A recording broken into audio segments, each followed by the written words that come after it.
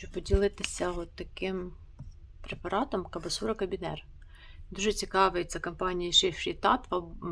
Його розробили тоді, коли почався ковід. До речі, дуже класна річ, яка мені допомогла, коли я захворіла. У мене був дуже сильний кашель, висока температура.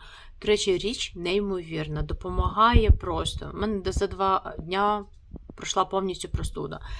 Я рекомендую від любого виду кашлю, від при ковіді, не дай Бог, краще, звісно, не хворіти, але є отакий препарат, який допоможе вам дуже швидко стати на ноги.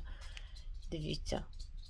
Термін хороший. Тут 60 пігулок, до речі, приймати його по одній пігулочці рекомендують 2 рази в день після їжі, 1 зранку, 1 ввечері. Якщо дуже сильна температура і себе почуваєте дуже недобре, то тоді можна 3 рази на день.